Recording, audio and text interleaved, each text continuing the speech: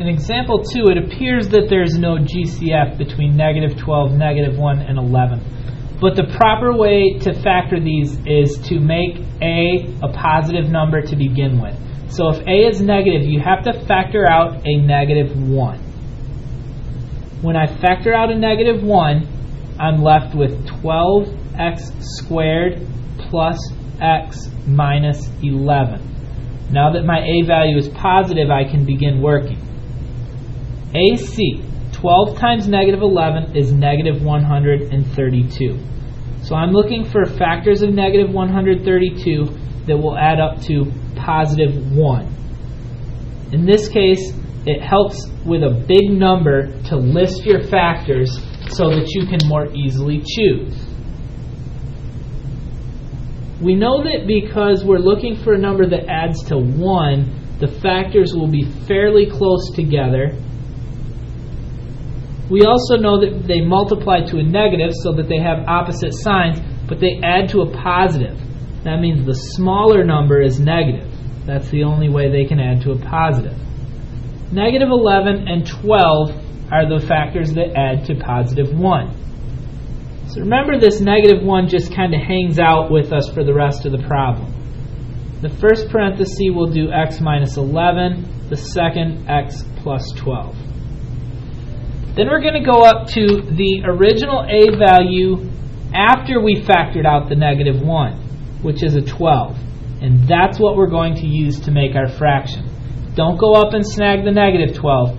Anytime you factor out a GCF, you need to work from within the parenthesis. This becomes your new original a value.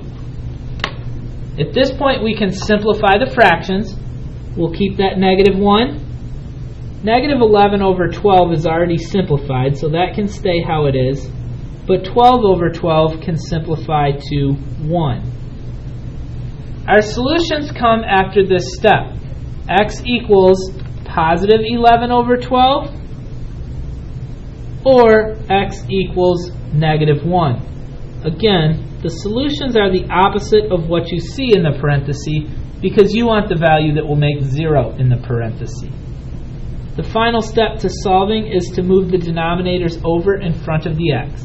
So our final factored form is negative 1 times 12x minus 11 times x plus 1.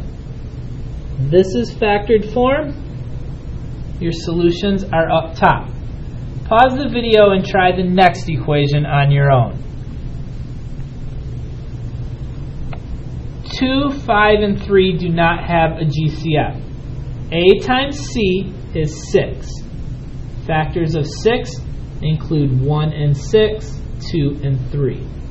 We know that 2 and 3 add to 5, so those will be our winning pair.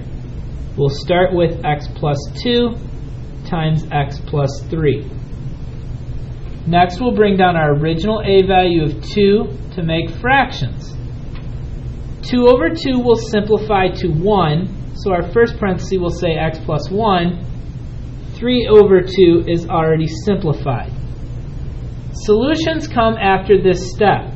X equals negative 1 or x equals negative 3 over 2. To finalize our factored form, we move denominators over in front of the x's. X plus 1 times 2x plus 3. You must have both factored form and solutions to get each equation perfectly right.